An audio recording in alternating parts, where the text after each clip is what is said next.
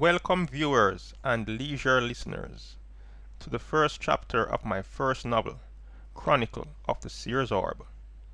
Over the coming weeks, I will present the first act for your listening pleasure. 14 chapters will be delivered over 14 weeks. I am a fan of descriptive narration, so it does influence how this novel came together. This is the first draft of the novel, so critique and comments are most welcome, and it will help in the development of the story. Again, I thank you. A novel first draft, a story by Areal Sparks. Title: Chronicle of the Seers Orb. Copyright Areal Sparks, 2025. Chapter 1. Eye of Echoes. What's this? She murmured to herself, kneeling down to inspect the object. Her eyes widened as she uncovered a smooth, translucent sphere about the size of a small apple. It lay nestled under an oak tree, amongst the roots in the cool earth, as if it had been waiting for her. This old oak tree in the middle of the clearing looked like it had seen centuries of secrets. Its branches stretched out like the arms of a grandmother welcoming her kin, its leaves rustling ancient tales to the breeze. The young girl, Alara, gently brushed the dirt away, revealing an intricate pattern of swirling lines that danced across its surface like veins of liquid light. The orb felt surprisingly warm in her palm, and when she picked it up, it was heavier than she expected. Alara looked around the ruins, her heart racing. Could this be a treasure from the lost civilization that once lived here? Her thoughts were interrupted by a sudden, disorienting sensation. The world around her seemed to ripple and shift, and she had to steady herself to keep from falling over. Her hand trembled as she raised the orb to her eye. The moment her pupil met the center of the sphere, her vision blurred, and the world around her faded away. A moment later, she found herself standing on the edge of a bustling city she had never seen before. The buildings stretched tall and gleaming, with vehicles zooming through the air like birds. People of all shapes and sizes, wearing clothes that shimmered and changed color as they moved, walked along the floating sidewalks. The sounds of laughter and chatter filled her ears, even though she knew she was still in the quiet of the ruins. She squeezed her eyes shut, and when she opened them, she was back at the ruins. She grabbed the orb and quickly headed for home. Alara's family had always been skeptical of her wild imagination, but when she showed them the orb, their expressions grew from amusement to astonishment. Her mother, Lilith, a stern but fair woman, took the orb in her hands and peered into it. The room grew silent as she saw the same vibrant cityscape. "This is incredible," she exclaimed, her voice filled with a mix of wonder and fear. "Where did you find this?" Alara took a deep breath, recounting her discovery. "In the ruins," she began, "under that old oak tree. It was just there." She paused, trying to gather her thoughts. "When I looked into it, I saw a place so different from here, a city in the sky, full of lights and colors I've never seen." Her father, Theodore, leaned in, his eyes alight with curiosity. "What did you feel?" Alara's voice grew soft as she described the weight of the orb, the warmth that seemed to pulse through her fingertips, and the moment her world had changed. "It was like I was there," she said, her eyes distant. "I could feel the energy of the city, smell the strange scents of foods cooking, and hear languages I've never heard before." Her brother Timothy couldn't contain his excitement. "What about the people? Did you see anyone weird?" Alara rolled her eyes at his juvenile question. "It's not a toy, Timothy. It's like a window to another world." But she knew his curiosity was genuine, and she felt a strange kinship with the orb. It was her secret, her gift. Here, you try it, she said, extending the orb to him. Timothy took it tentatively, his grin fading to a look of concentration as he peered into the swirling depths.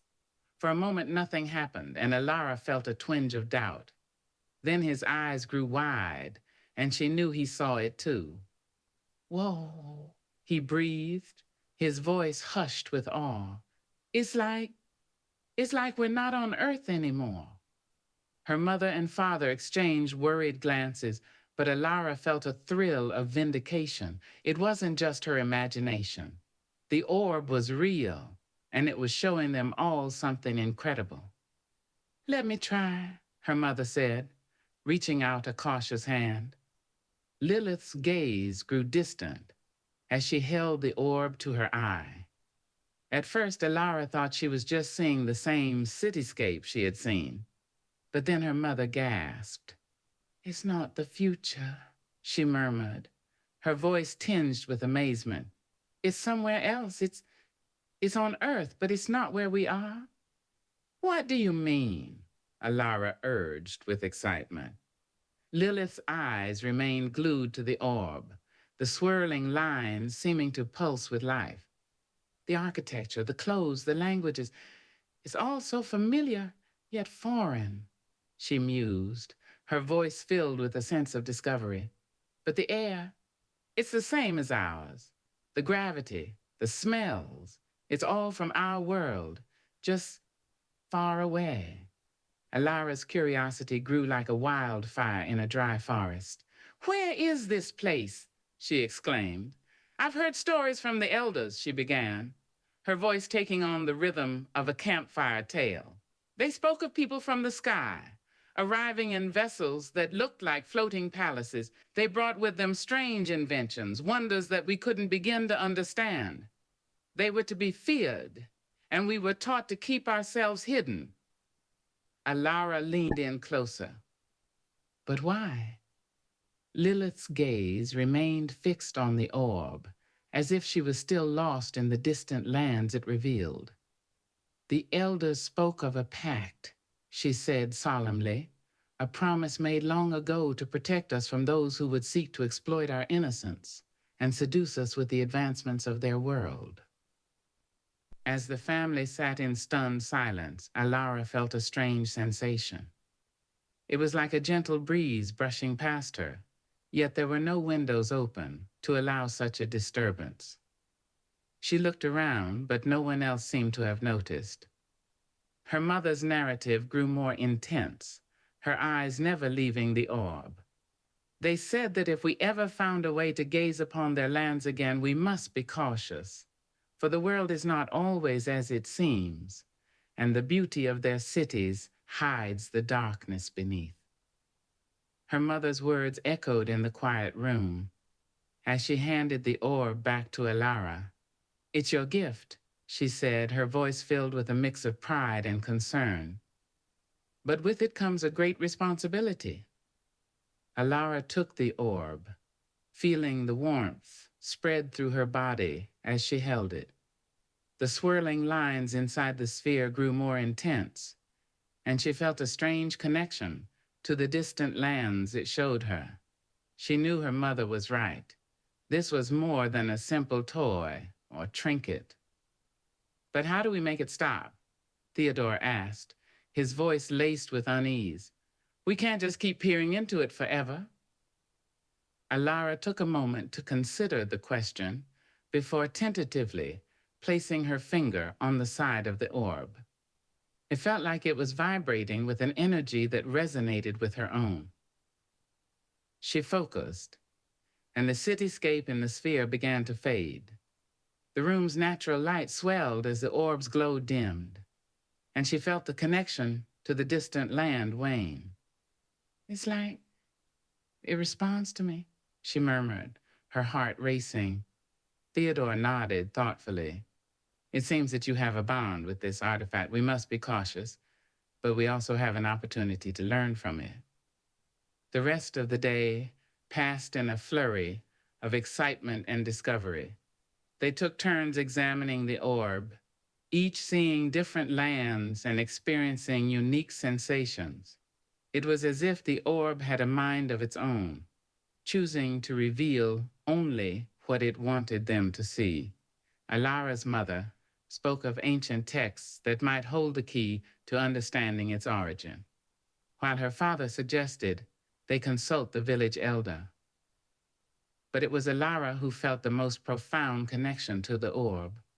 Each time she looked into its depths, she felt a gentle tug, like a distant hand beckoning her closer.